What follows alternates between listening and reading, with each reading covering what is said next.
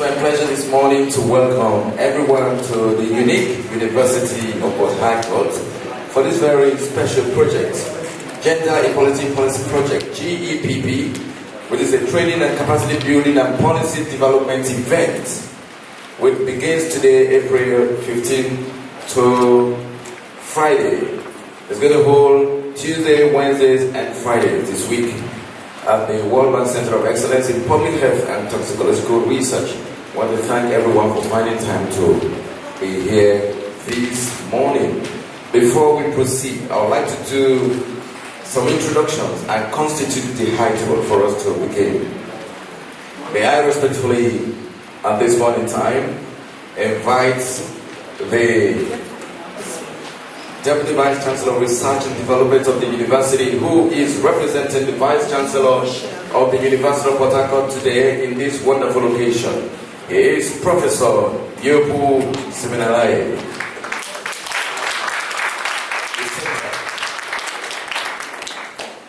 He has not sat. Keep clapping. Thank you very much. Thank you very much. You know, we have to balance, the gender we have today. Gender equality is very important. Thank you. And I also like to very respectfully introduce another very important personality we have in our midst today. The person I'm going to introduce right now is the principal investigator of this project. I'm talking about no other than Dr. Anthony Day1 from Oxford University, United Kingdom. Yes. We'd like you to come over to the table. Please put your hands together for the principal investigator for this very wonderful event. Thank you, sir. Thank you very much. Thank you for finding time to be at the unique University of Port Harcourt. Let me also very respectfully at this morning time welcome to the high table a woman of substance, a woman who has been in the business of fighting for the rights of the women. And today, she is the team lead and also the director in charge of Gender and Development Studies of the University of Port Harcourt. I'm talking about Professor Homa Nseriwolu.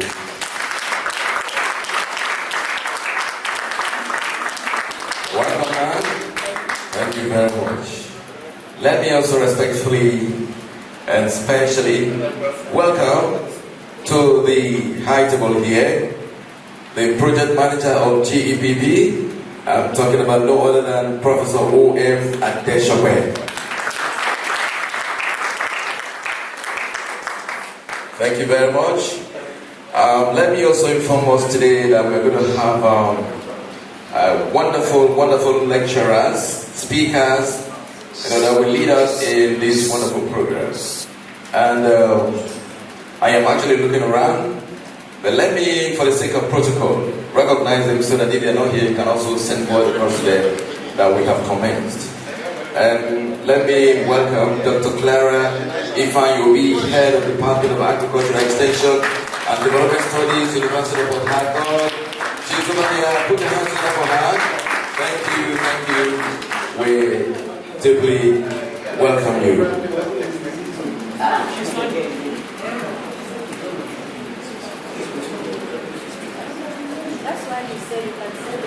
All right, thank you very much. I was just, I had to consult to make sure I don't make any mistakes. I've been told that the speakers will be on the high table. So let me respectfully invite Dr. Clara Ifeanyi, Head of the Department of Agricultural Extension and Development Studies, University of Port Harcourt, to kindly come over to the high table. It's one of our speakers today. Please put your hands together for her. Thank you very much. She will talk to us on the power of inclusive policy design. And when you look at her, she's a design specially made for us. So she's going to talk to us today. You're welcome, man. You're welcome. You're welcome, man. Please don't hide too much. We've not been seeing you. Thank you, man. Let me also very respectfully also inform us that there are two other persons that will talk to us today. The other is Professor Eukaria Wenchi, Director of Academic Planning, University of Port Harcourt. I know she's going here at the moment. Let's put our hands together for her. because she's joining us online. I know she's going to come here. Let her know that we've already commenced. Let me also respectfully inform us that we also have another lecturer today who will speak to us, which is session 3. He's going to talk about navigating the policy landscape. Professor M. Allen, Director Center for Politics, University of Port Harcourt. Please put a hand together for him. In absentia, very soon we will all be here. Thank you very much.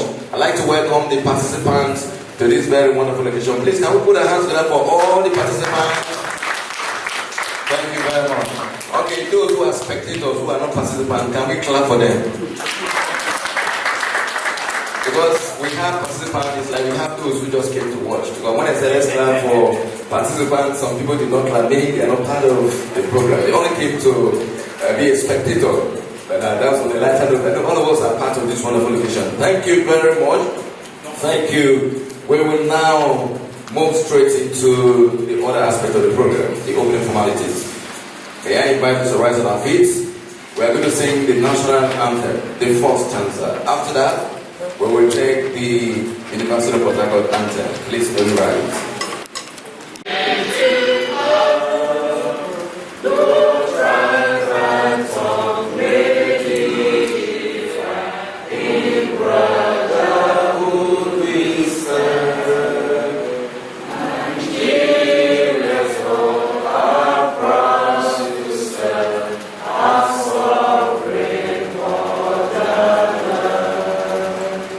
The next is the important anthem.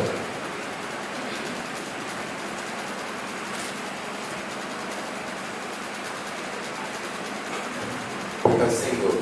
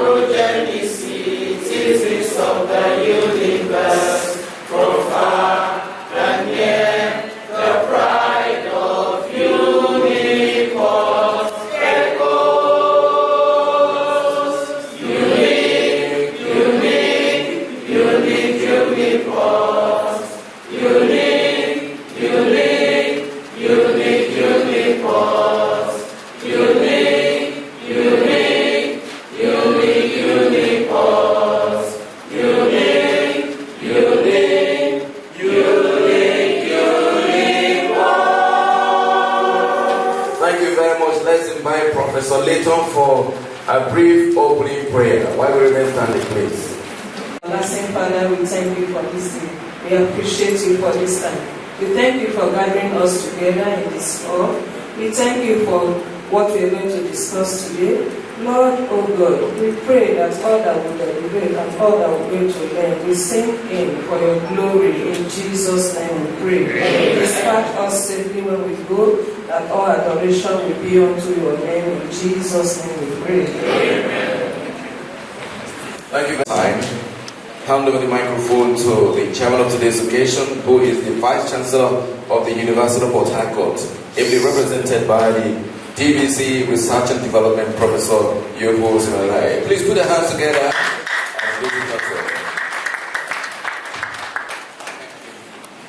PI and our colleague from the University of Bournemouth, the project lead, the project director, guest lecturer, dear participants. Good morning, everybody. Good morning, sir. Right. I really found out that I was supposed to present the visit 5 minutes ago. So that's why I started late today. I had to get up to town for another activity requiring his attention. He has asked me to welcome you all to this activity and to encourage you to participate fully. I am disappointed though that there are only very few men in this audience today. That includes my husband, who doesn't count because he'll leave in the next few minutes. I mean, if we're going to implement this policy, and it eventually comes out, how does it work? Right now, we are saying that women are underrepresented, right? So how do we develop policy without the participation of men? I hope that doesn't count with regard to your project coordinator. Now, there are very few men involved in this training workshop. We have about 42% men and and they will come eventually. Okay, I'm encouraged them.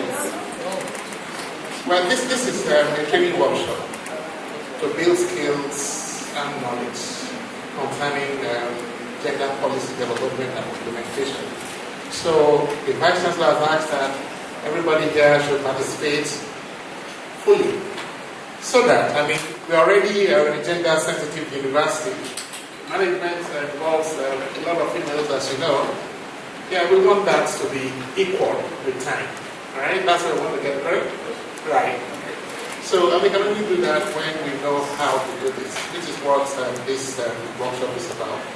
And so the President has asked me to wish you well in this event, and that at the end we'll come up with a policy that we can implement and ensure that in the coming years we have gender equality. Thank you, everybody. With that, it is my pleasure to declare this workshop open. Thank you. Straight into the program. One of our lecturers, I'm talking about speaker for today, just arrived. So I have the honor to invite the Director of Academic Planning, University of Port Harcourt, Professor Ukeriel Wenchi, to the item here. Please put your hands together for Professor Ukeriel today. She's going to talk about advocacy and collaboration for gender equality. Please, can we put our hands together for her, please? We appear to be so distracted. Can we settle, please? Let's settle down, because the time has come for us to continue with the rest of the program. Now, may I, especially at this point in time, invite the team lead. I'm talking about Professor Homa Nsiringwolu to give her special remarks. The team lead. Please put your hands together for the team lead. I'm not sure we are together. Please, can we put our hands together? Thank you. Thank you. Let's not be indifferent to what we are doing here. Thank you. Thank you very much. Good morning, everybody. Through the established protocol, even though I don't like that, but I think time is not on our side. I want to welcome everyone here present for today's event. Gender issues or gender matters are the things we've been talking about in the University of Port Harcourt and Nigeria.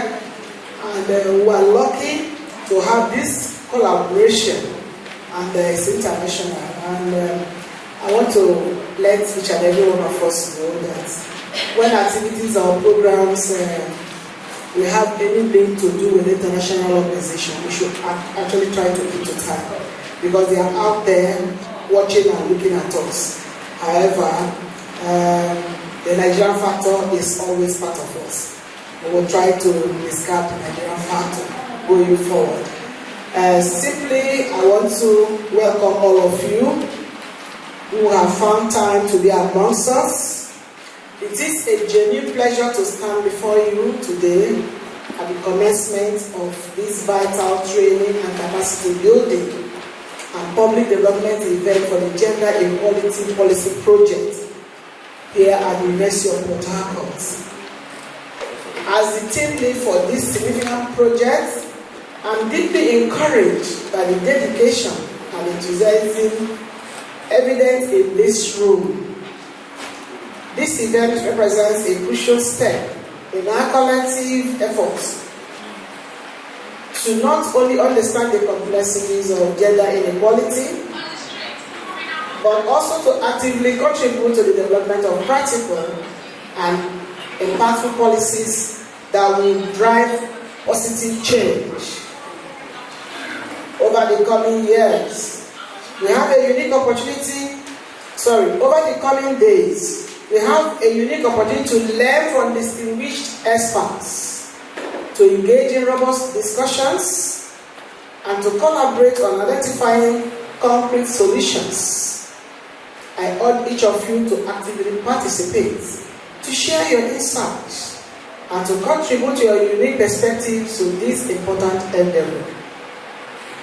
The University of Port Harcourt is proud to be at the forefront of this initiative, and we believe that the outcomes of this event will have a lasting impact on our institution and the wider community.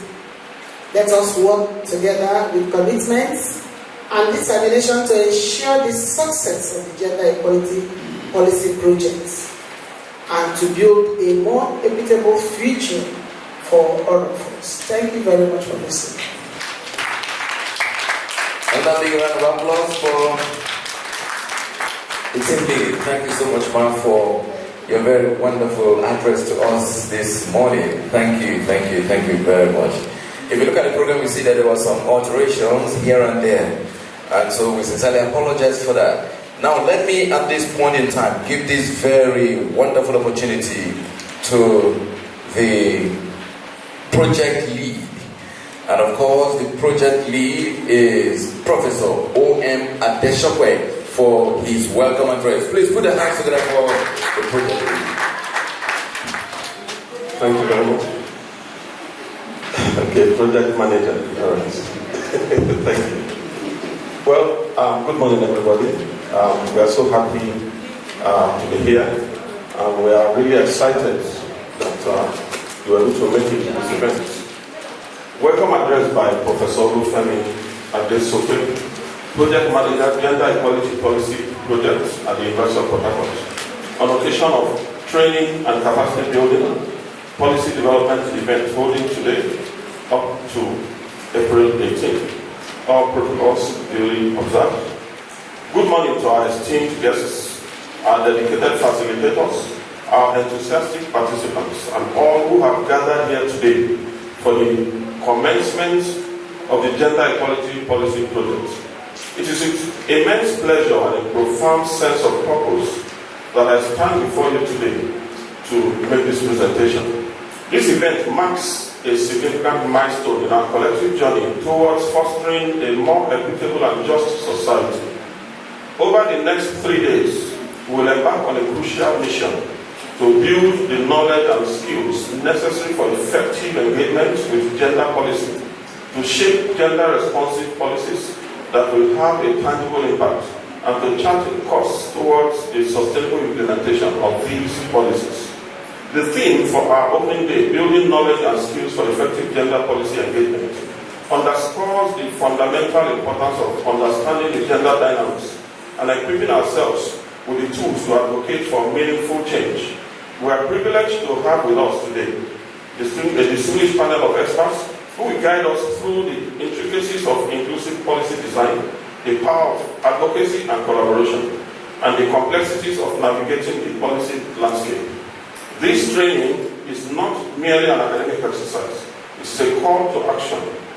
It is an opportunity for us to learn from each other, to share our experiences, and to collectively identify the policy gaps that hinder progress towards gender equality. Through interactive sessions, group exercises, and open discussions, we aim to cultivate a deeper understanding of the challenges and opportunities that lie ahead. I would like to express my sincere gratitude to our PI, Dr. Anthony Ezewa from Bournemouth University, whose vision and leadership have been instrumental in bringing this project to fruition. I also extend my appreciation to our dedicated team lead, Professor Hioma Nsiriwalu, for her unwavering commitment and tireless efforts in shaping this event. Also to other members of the team, Dr. Emily, God's presence, Dr. Ashley Stewart, Precious Uche Medu, Ukechi Naji, and Peace Uzosike. Furthermore, I would like to thank our esteemed facilitators, Dr. Clara Ifayomi, Professor Ikera Wanchi, and Professor F. Allen for lending their expertise and insights to this crucial engagement. Their contributions will undoubtedly enrich our understanding and empower us to become more effective agents of change. Finally, to all our participants, I extend a warm welcome. Your presence here today signifies your commitment to gender equality, and your active participation over the next few days will be vital to the success of this event. Let us engage with open minds, share our perspectives constructively, and work collaboratively to achieve our shared goals. Well, this is a mixed gathering. We have faculty members, we have administrative staff, we have technical staff, we have postgraduate students, and we also have undergraduate students. So it's a mix of 5 different stakeholders, and we want to be open in our deliberations. So it doesn't matter whether you're a student or you're a staff. We are talking about the policy that will help the good of the entire University of Port Harcourt and Nigeria at large. So I will enjoin you to be open in your deliberations and be very constructive. I'm confident that this training and capacity building events will lay a strong foundation for the subsequent phases of our project, leading to the development of impactful policies that will contribute to a more gender equal society. Thank you, and I wish us all a productive and insightful 3 days. God bless you. We also have in our hands today, and that will be the remarks by the principal investigator. May I have the honor and privilege to hand over the microphone to Dr. Anthony Ezewa from the Vermont University, United Kingdom, for his address. Are you happy? Yes. Good. I'm happy to be here once again today. Ordinarily, it can be very impossible to repeat my visit to the University of Port Harcourt because of my funding for international trip. So I almost exhausted my funding when I made my initial visit. But something happened. Vermont University were searching for someone to lead what they call the BU Challenge 2025 to Nigeria, which we just concluded in Lagos. So I got an email. It says, Anthony, we have searched through all the university, and every hand is pointing towards you to lead the Vermont University to Nigeria. Oh my God. Yeah, so we've got a very large number of Nigerians in Vermont University as lecturers, but when it happened that I was chosen, I said this is a divine arrangement for me to make my second visit to Port Harcourt. So they took care of my international flights, my accommodation in Lagos. So I was able to fix in my local flight with my remaining funding for my so that's how I'm able to make it today. So I'm grateful. So remarked by the principal investigator, Dr. Anthony, that is my name, on April the 15th,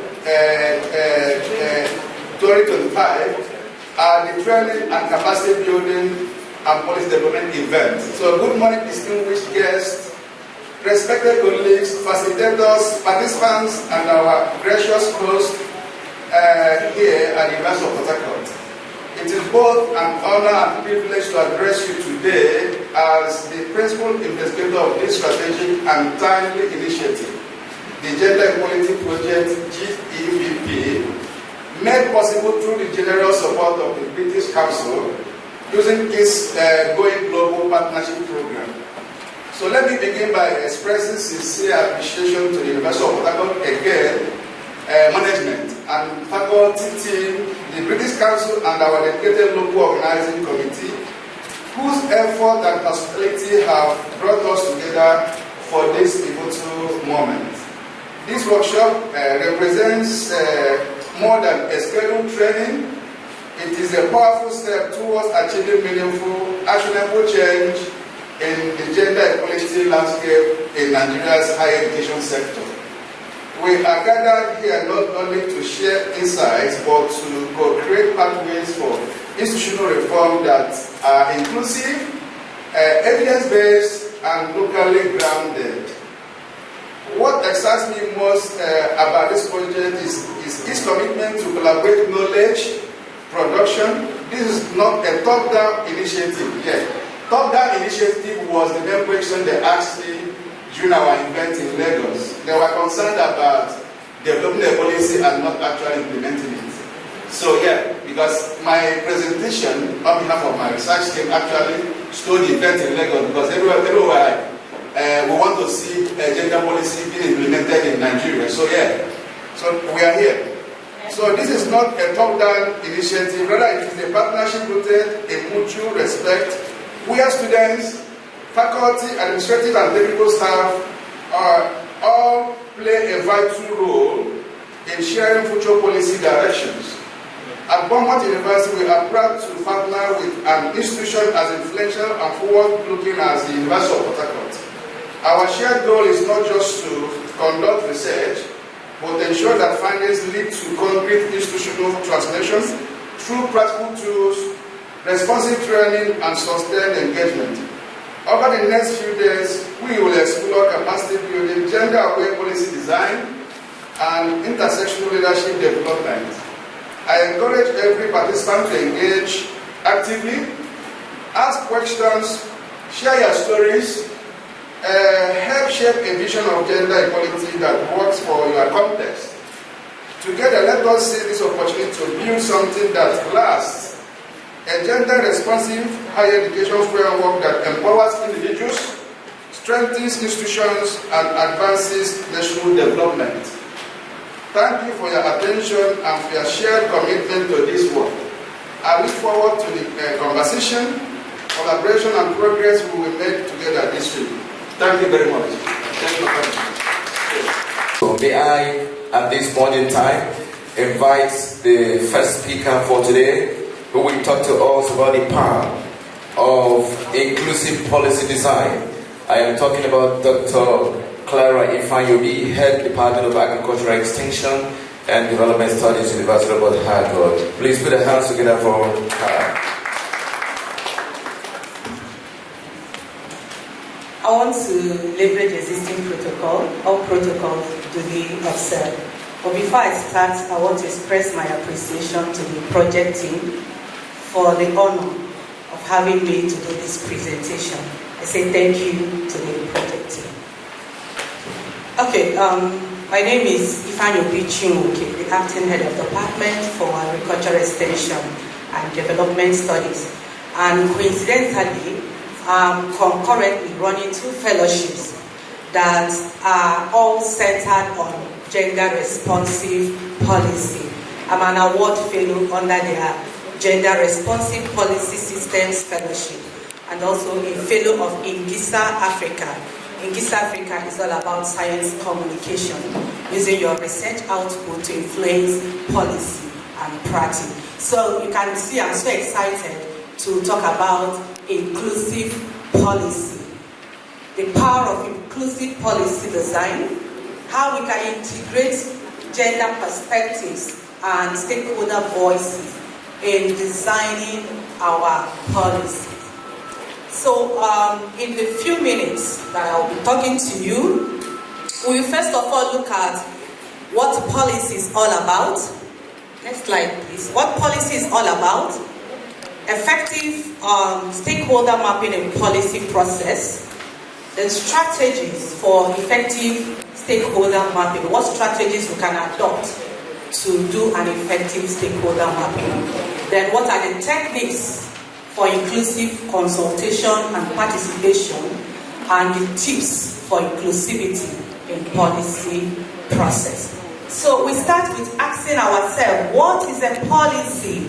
Every day we hear policy here and there, policy, policy. What is it all about?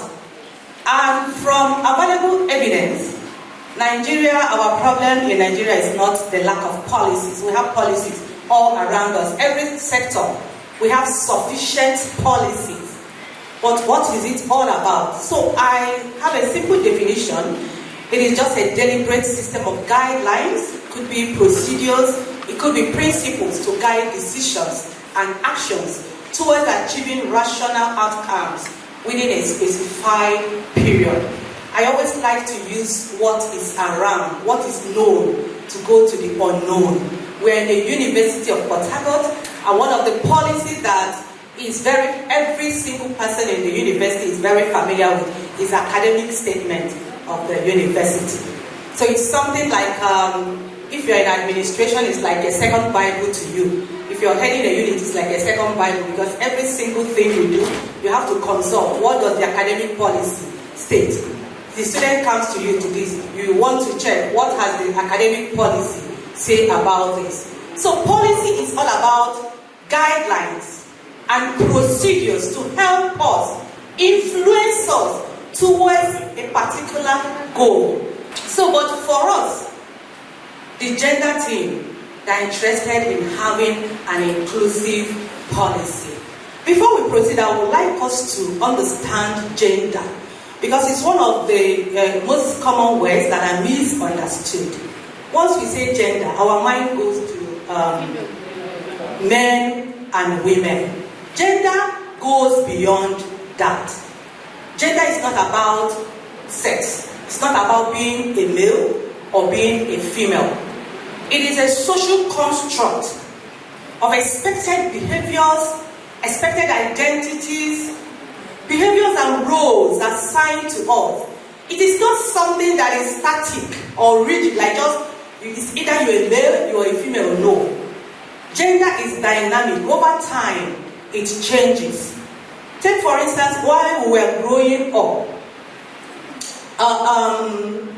for things like house chores, like washing of plates, is specifically for us, the girls in the house, that washes plates. You don't tell a boy child, you have to get involved in washing plates. But today, some of us mothers here, I don't know if you're still following that route, that washing of plates is just for the boy child. No. So it's a gender roles, it evolves over time.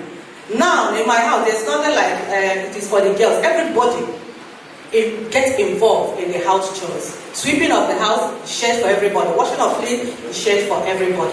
So gender is not static. It's not something like it is identified by biological traits of being a male or a female.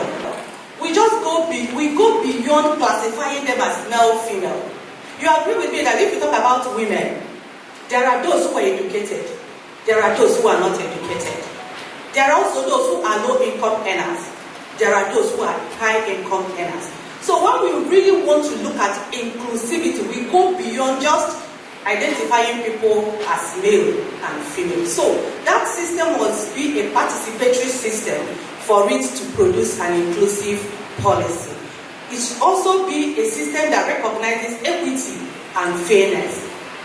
It is not just recognizing, but also having measures to address those disparities. Why do we talk about effective stakeholder mapping? Because it helps us to identify who has power, interest, influence, or even potential impact on the policy. Policy development process is not just something you can do as an individual and you get the policy done. It goes through a lot of processes. You must be able to identify those who have power to influence, those who have interest, those who the policy will also impact. All of these people are important in the policy development process. So the next stage will now be the engagement. Engaging the stakeholders. Once you're able to identify them, categorize them according to their influence and power, then you plan your engagement. If you remember at the beginning of this project, they have the whole university community for sensitization, engaging us from the very beginning. I don't think there is any water in this university that is not aware that this project is going on. You now know those to manage closely, those to keep satisfied, those to keep informed. The next thing is, what kind of technique, method are you going to use in consulting and getting them participate? There's varieties of method. If you understand your stakeholder, then you will know the method to use to engage them. It could be public hearing and open forums, where you maybe have a town hall meeting for all the stakeholders. You allow them make their suggestion freely. At every stage of policy development, there's a proper method to use.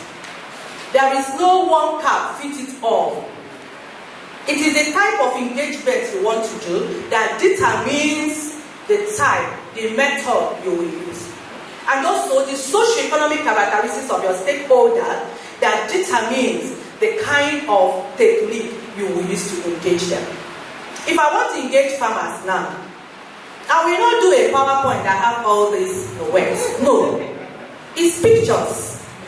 I just go with pictures. And I do most of my, the little thing that will be there will be in broken English. And I will not be speaking this kind of English when I'm talking with them. So you must understand your stakeholder. You must understand also even the resources available to you. All of this shape the kind of the method you will have to use in consultation. When I did my stakeholder consultation in my policy innovation project, I didn't have much resources. And I am developing a framework that will be used by the Ministry of Agriculture. It is something that cut across the whole nation. And the resources was very small. We thought of how to reach out to the whole agricultural experts in the nation. We don't have the resources. What did we do? We now moved over to digital means.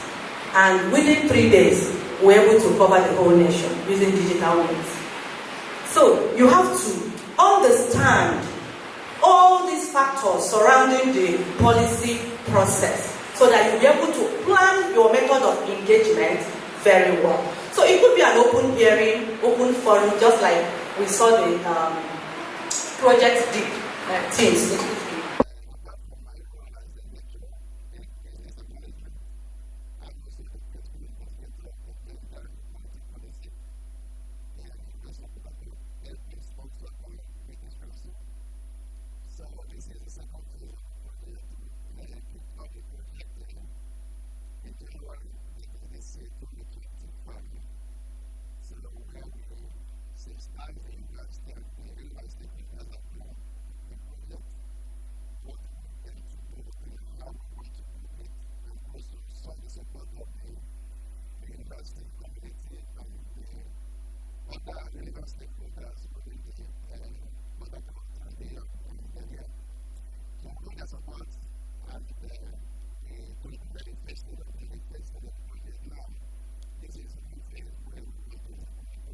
A lot of tools are available for us today. It is no longer in those days that you carry your questionnaire and go to every cranny. Today you can use a lot of tools are available for us to use to collect our responses digitally.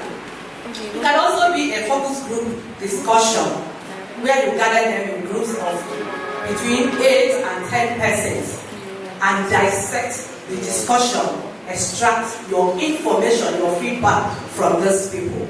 It could also be an online platform and digital engagement. It can also be community-based consultations, depending on the kind of policy that you are developing. It could be a key informant interview.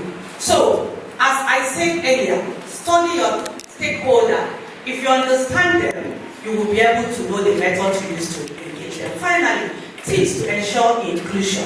What are the tips you have to use to ensure inclusion? We are talking of inclusive policy. First, provide translation and interpretation services where needed. We started by defining gender. And gender cut across every set of persons, those with disabilities. If you want to develop an inclusive policy, you must find a way to ensure that all these people are carried along in the policy process. You see some of this policy, maybe validation meeting and all of that. You see people trying to interpret to ensure that the interests of those people are also integrated in the policy. Use venues that are accessible, venues that people with special needs can also access. Then logistics. Provide transport and child care where necessary. When you want women at childbearing age to be part of it, you must provide logistics like childcare for them to be part of it. You reach out to marginalized group and make sure that they are involved. Then use trusted intermediaries and facilitators. So, for us to have an inclusive policy, stakeholder mapping, effective participation is very, very key. Thank you very much.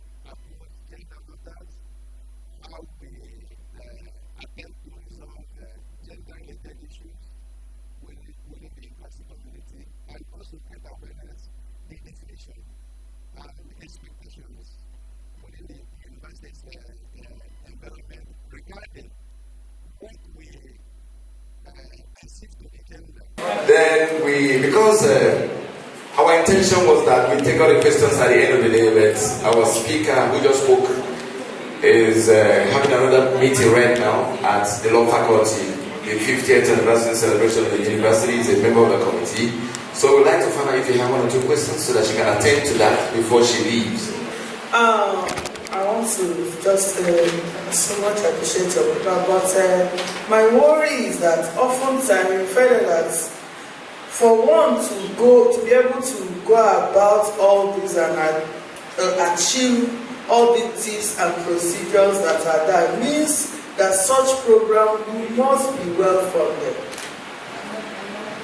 Possibility of getting this, because oftentimes even when it is so obvious that it's a program that you want to just do for the benefit of the community, you find that it is always fun, it attracts fun. So where it is a project that does not have such funding, how will one be able to go about this in order to achieve this basic aim? Thank you. Those of us who come from the grassroots, like communities, rural communities, we have our attitudes towards anything that comes from outside the community. Now you have a project you want to do in the community. First of all, you have to reach community leaders. And they have this mentality that something that comes from outside must be beneficial to them. So they ask, what are you bringing to us? They don't understand that maybe what the project you are doing is to benefit people in the community. It might not be finance. So they want to know what you are bringing to them. And in most cases, they want you to give them that before they can allow you to even assess those people you want to reach out to. So how do we overcome this challenge of what did you bring for us? What has government asked you, given to you to give to us before we can even allow you to talk to our women or our children or our youth? Thank you. The communities, you know that for somebody, ordinarily, for someone to be interested in any project, most times you ask yourself, what do I stand to benefit?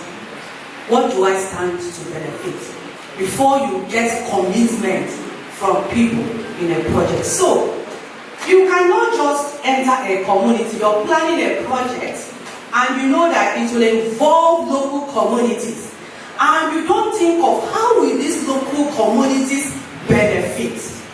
Even when we going beyond just policy scenario, even when we do our research, for some of us that are in social sciences, that we go to these local communities, administer questionnaire for them to answer.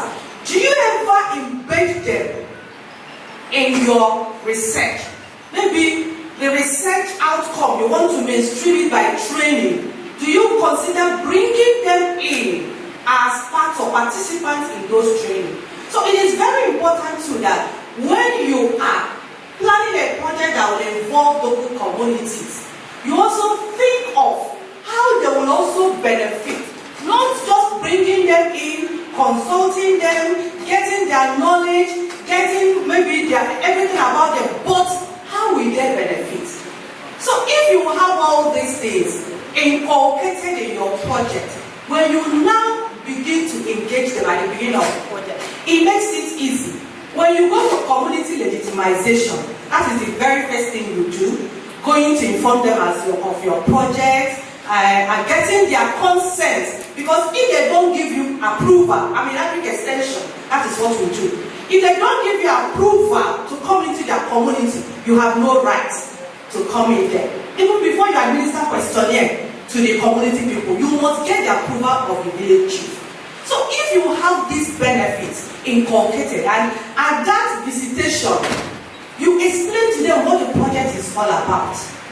Tell them what they stand to benefit too from the project. Then you will see that their interest, their commitment, you will get it from them. But if they don't stand to benefit anything, I doubt if they will be committed to that project. There must be something that those at the grassroots will benefit, to help them, to help get that commitment and dedication towards that. And once they stand to benefit, you will see them, they will own that project. They will even be, you don't need securities to guide the project. They will be guiding it because they know that there are things they stand to benefit. So it is important, you as project lead, you as research lead, to think of also what the community will benefit, not just using them as respondents and all of that. Then coming to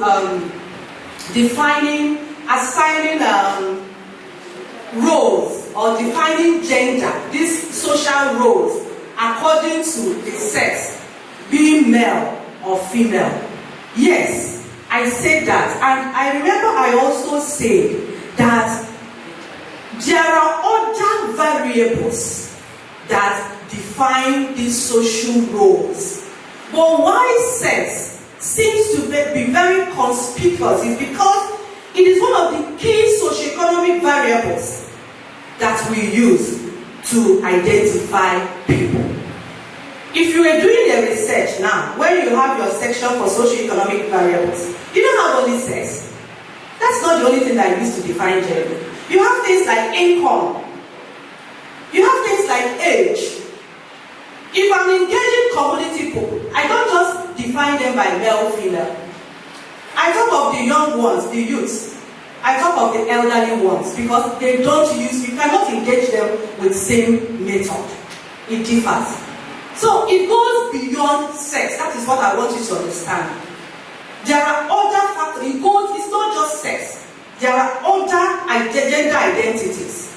If you fix your mind only on sex, you will not be getting a very inclusive process because there are other things. Even in the sex you are talking about, you don't just define them as male and female. Within male, within female, there are also some other variables that differentiate them.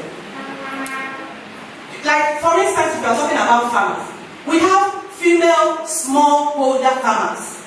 We have female commercial farmers. So are you understanding that? You see that there are other gender identities beyond just classifying them as male and female. We are talking about inclusive policy. If we really want to get it right, we must go beyond just having these people as male and female. You must identify other gender identities and use it to also streamline their roles and expectations from them. Is that okay? All right, thank you. Then finally, you're talking about funding. You cannot start building a house if you don't have the resources to build a house. There's no way. You can't enter a shop, a boutique, you want to buy a dress, you don't have the money to buy it. You can't begin to mention a project if the funding is not there. That is why, as a researcher, you need to be intentional about winning research grants if you want to turn your dreams into reality. Because on your own, you will not have the funding to do it. You can't go into it. If there is no funding, this project cannot stand. They can't do it. As I mentioned, I'm doing a policy innovation project. If the very first moment I went to the Ministry of Agriculture at Abuja to meet them, the first thing they asked, how much funding do you have? Because for us to get all those people you're talking about, we need logistics. So you can't be talking of doing a project without the funding. The funding, the resources must be there if you want to succeed. Thank you. And my name is Yukeria Oluchimwechi. We'll look at introducing the concepts and understanding together gender equality advocacy, collaboration, how is it the power of partnerships. Look at some tools and tactics for effective advocacy, examine some real-life examples to demonstrate advocacy and collaboration, and see what SDG 5 and 17 has for us, and make important conclusion. So by way of introduction, like the last speaker did, I'm an environmental biochemist and a science diplomat. That means I'm using my science to make engagement to change things, and not just within the country, but globally. It's a passion I have for sustainable development and inclusive policy, which we are interested in today. So my work spans research, advocacy, and capacity building, having a strong focus on gender equality and community engagement. So that's why I showed that picture that appeals so much to my heart. You can see the last speaker on that picture. Evidence leaders, okay, I'll see you later. Evidence leaders are a very great example of what we want to do, advocacy and collaboration, inclusivity, we have all of that. That's the government agency. We can see Federal Ministry of Science and Tech, the Director for Science and Environment, they're wearing the shield. This was during the COVID-19, immediately after COVID-19, so you can see visible marks worn by diverse people and evidence leaders we trained at the University of Port Harcourt. So you can recognize some faces there, and then that should help you to connect to what we are talking about. Why does this topic matter? This advocacy and collaboration. Why does it matter in this subject of inclusivity and policy dimension? And because we have persistent gap. Despite all the efforts that have been made by individuals, by institutions, by governments, by even non-actors, the gap has continued to be there in gender. A lot of us are worried about why gender goes beyond male and female. But then, some persons are also worried that we will focus on females and then the males will get extreme, and then we start looking for how to protect the other gender. Yeah, the gender, male and female, is more prominent when we're trying to consider gender issues, but we're not particular about sex. So the persistent gap we find in gender, even consciously and unconsciously, that comes in when we look at the policy blind spots, when the gender lenses are not being worn by those who make policies. So we unconsciously find missed opportunities. Maybe when we're making seats and the seats are designed in some way, only those who wear a pair of pants can sit there. Maybe if you look from here and you're wearing skirt, we can see between your legs. So we're not wearing gender lenses to design those seats. So that's why we're saying blind spots of gender. So we should consider to wear our gender lenses when we are designing, even structural designs. In every field, we have to talk about gender. When I told them about being scientists, when I was in Poland doing my evangelism to get the young people in Poland to love science as a fellow of UNESCO L'Oreal, that's one of the tasks I was given. So I talked to them about ugly eye shield. The eyeglasses, the goggles that we wear as safety wears, PPEs.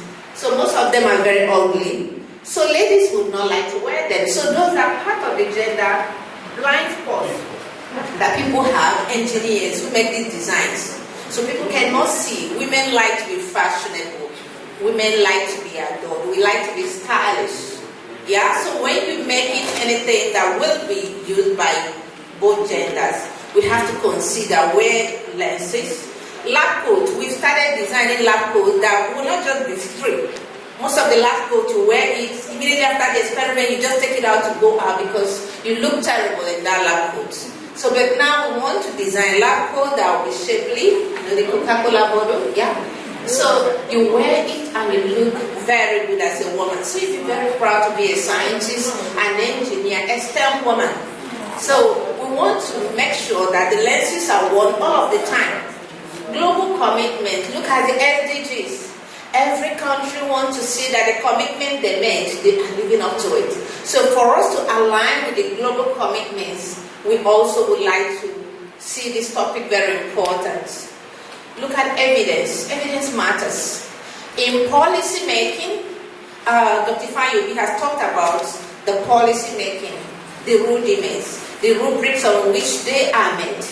You can see that we want to build bodies of evidence to show why they are important. Like I'm highlighting some of them. They gather evidences, bodies of data. And we like to use disaggregated data in the space of policy. What does that mean? It means the data that are not just wholesome, holistic, dumped in one, but separated, dismembered in such a way that we can have them as subcategories. If I just give you an information that we have beneficiaries in the University of Port Harcourt of some intervention, 20, a lot are missing and a lot will be going on within that space. But if we say 50 out of the 50 interventions, 30 male, 20 females, we say again, as she gave us some other points, diversity point that we can look at your social status. Those who earn above this, they got this. Those who earn below this, they got this. Those who are artisans, they got this. Professional got this. So this is an example of disaggregated data. So it begins to make sense because you can see how it affects different persons. And like my sister asking about community interest, when you disaggregate the data, evidence begins to matter and people can see where they belong, whether directly or indirectly. And then community involvement. Community is not always about the rural people. Sometimes when we say community projects, people start thinking about the rural community they want to go to. The community of the university is a community. Wherever you are, that's the community. It can be the rural setting, but it can also be the urban setting.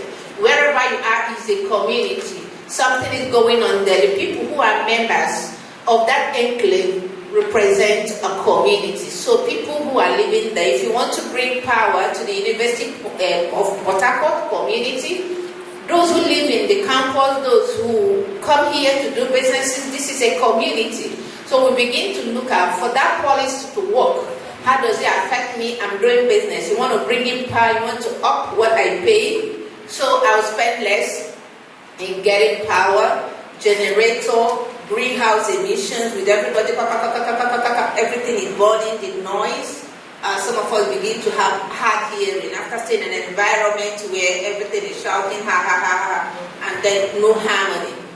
Then the persistent gender gaps will call our attention to looking at the objectives of the presentation, which is to understand advocacy for gender equality, explore together collaboration and the strategic tool that can help us to do the advocacy, and then sharing actionable steps for effective gender policy engagement. That's just a simple task we have in this short session. So what do we mean by gender equality advocacy? When we mention that, what does it mean? Look at that picture for gender equality. You just have a scale, the same size of the basin, the same distance is equidistant from the arrow to the left and to the right. That's what we want to see, gender equality. that we go to school. I remember when I was to get into the university, and some person came to tell my mother that I'm a female, and my father had just died, so that I needed to wait so the males can go to school, and I can go later. Maybe they can train me. So there is no gender equality there. We want to be trained the same time. If we need to share resources, whatever we want to do, we want to see that all members of the gender are treated equally. That's why the scale is that way. So if we want to make advocacy on this, so you call it deliberate efforts that will influence attitudes, influence policies, because you can influence policies, but the attitude is not there. The policies can be there, very well detailed, but no attitude. We have to be intentional about it. And then practices in order to promote equal rights, responsibilities, and opportunities for all genders. So opportunities have to be there. Like I mentioned it, making my lab coat to be beautiful. So you're giving me equal opportunity. I can look good and do my science. Those who do mathematics and those who do say electrical electronics, they say they are female. Those who go to the field to dig things, they say, oh, it's not nice because our shoes are stylish.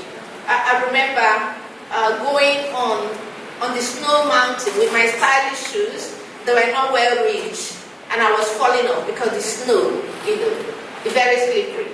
But now they're beginning to design our shoes so it can be rigid like those of the men. So we can equally do our climbing on the mountain with snow, do similar things that everybody can do, equal opportunity. And we can see how. I don't believe in giving us a percentage, the ceiling. Give 30% affirmation, all of those are nonsense. Give us equality, and we can all manifest the capacities that we have embedded in us by the Creator. And we can do things and turn things around. Challenging harmful norms and stereotypes. This is what it involves. Harmful norms. People thinking we can do it. Placing a ceiling before you get there, you are just a woman. I always fight with people around me. They say, oh, you're a woman. Close your legs. You are a woman. Don't go. You are a woman. Do not speak. I don't understand it. Do you have some idea? Do you have information about the subject that's being discussed? You can be the lone voice that can change the game. Yeah? So, it shouldn't be about it's the men. You look at our political arena, as we are trying to make policy, politics can be separated from what we are doing. They give the women vice. I remember we're reviewing a constitution for some organization. When we got to the vice president, they were using she must be. So, I'm not sure there is any confusion here, because the ultimate purpose is to create an environment where either of the genders will thrive. Because from what we have already generated from the research, the male gender are saying that actually they are not even as safe as we ignorantly claim that they are.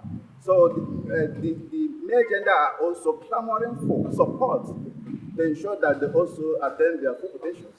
Then we are already very conversant with female counterparts, clamoring for or asking for the provision of an enabling environment that will help them attain their full potential. So around this context is where this research is. I say, hey, what's going on here? She must be. They say vice president is always a woman and the president is a man. Who said that? That the women have got less heads, that they must support. So sometimes they bring in biblical injunctions, sometimes they interpret them out of context. But that's not what we want to achieve when we're doing advocacy for collaboration to achieve gender equality. We have to think about the awareness raising we're doing, about these disparities. Whoever has to bring to the table, we want development that is sustainable. So whoever bears it, we do not care about the forerunner. We just want to see development in our country, in our society. Engaging stakeholders is also one of the things we do in gender advocacy. It can be government, it can be private sector, civil society. It doesn't matter, we just want to reform efforts. amplifying voices also of those who are affected by gender injustices. Some people are being cowered to shut up. So if you amplify their voices, you're also doing gender equality advocacy. Just amplify. Maybe you will share on social media, on LinkedIn, on Facebook. Somebody has shared something, but they have fewer friends. And in your network, you have 350 followers, 1,000 followers, 500 followers, and this person has 7 followers. So imagine how many persons have seen what they said. You amplify their voices by resharing, and then you're doing advocacy. We shouldn't wait for when we gather here, take photographs, group photographs. That's what we're doing, gender equality advocacy. There are different things that we can do to have that happen. Pushing for systemic change through laws, through budget cuts, through programs and institutional practices. How can we do that? How many committees in the university do you belong to? In the community, rural communities, if you come from rural communities or even urban communities, what role do you occupy? They've made you woman leader and you're very happy. What is woman leader? It's nonsense. Is there any man leader? So we should be something serious and not woman leader. To abolish such practices of enthroning mediocrity. We don't want that. So under a Gender Policy Alliance, for example, you can push for implementation of a national gender policy that may be redundant somewhere. I talked about gender disaggregated data earlier on. So I said here, for example, presenting data that shows girl dropout rates in northern Nigeria spike after age 12, guiding advocacy for girl child education incentives. So if you disaggregate the data, it begins to speak. I normally say you squeeze the data to speak. Data is just there, they are numbers. You present them, they are just numbers, say nothing. But you squeeze them and they start speaking. That's how you can disaggregate them. Then engaging influencers and champions is another thing we can do. Some of the policies we have that have become game changers in our world today because they got into the hands of influencers. Maybe influencers going to retweet, like Linda Ikeji, who is an influencer in the space of social media. If you get her attention and she retweets your issue, so a lot of people will carry that. Politician, maybe the ruling party talking about your issues, you go influencing them. Or having a footballer wear a shirt that says, give women a chance, or give an average Nigerian a chance.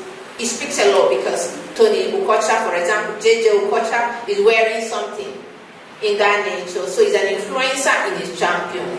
I mentioned that we also have influencers in the science, in the other fields, researchers. I don't want to mention them. One of the men allies, we call them he's for she's. These people always speak for women. So we can find them to carry our issues. Because sometimes if the issue of the gender is for women and a woman is carrying it, they think you're selfish. So we can find the men allies, we call the he's for she's, and they carry these issues. They know for a man to identify with that, he's not biased, he's just being very straightforward. So we can try that. Looking at some examples, real life examples of how advocacy and collaboration has become the propeller we needed to get things changed. I think about the Me Too movement. The Me Too movement started from the US and it has now spread. It's in India, it's in Nigeria, it's in many countries at the moment. They started with campaigning against sexual harassment and assault. Many years ago, like in the 19th century, So at some point, a singer, a popular singer, Lisa, now tweeted and put hashtag Me Too. And when she put that, you saw things happening around sexual harassment. People bought over it and bought into it and things started changing. And now Nigeria also picked that movement up and have people who are loyalists and preaching that. How about the suffrage movement that got the women to start voting in the US? in the 1980s. So you can see what happens, fight for political participation for women. There are many others. I just brought this one that highlight that are gender related. Most of the gender for women, but a lot of them also happen for the men in the Jewish tradition. Okay, the Paris Agreement, for example, dealt with climate change, which is something very topical. We had lobbying, collaboration among government actors, scientists, and also NGOs, big one like the UN organizations. They came together and got people to sign in, and Paris Agreement today has helped us move forward with climate fight. Global health advocacy for HIV/AIDS. You know what has happened? Now we don't fear people living with HIV virus because the coalition, the collaboration, the advocacy has brought research and analysis also. We have to create tangible, lasting change. The change that is sustainable is the change that comes with knowledge, that comes with attitude. We understand why we are doing it. Not because the Vice Chancellor said we should all sit down, everybody sit down. When it gets out, we stand. But if we understand why we need to sit down, it becomes sustainable. That's why we say tangible, lasting change. And collaboration is key. Achieving gender equality requires collective action from all of us, from government, from non-governmental actors, from businesses, from individuals. Grassroots movements must work together to see a meaningful impact. And again, data and influence amplify impact. We must show evidence where it works, where men and women were given opportunities that are equal and they brought in their best, where women have led and brought changes. We have to gather the data. We have to gather data where boys and girls have worked together, have played, allowed equal opportunity, and they created things that even we have found useful in our own world today. So use of these gender disaggregated data and engaging media people are very good too in influencing and giving us voice, because many people tune into channels, TV, tune into Arise News. So if we have them, buy them over in making your audience bargaining. Find out the media that will meet your needs. Sometimes we don't need channels, we need local people. So if you go to your NTA, that only those who can afford to pay for data are watching. So think about your output, your reach,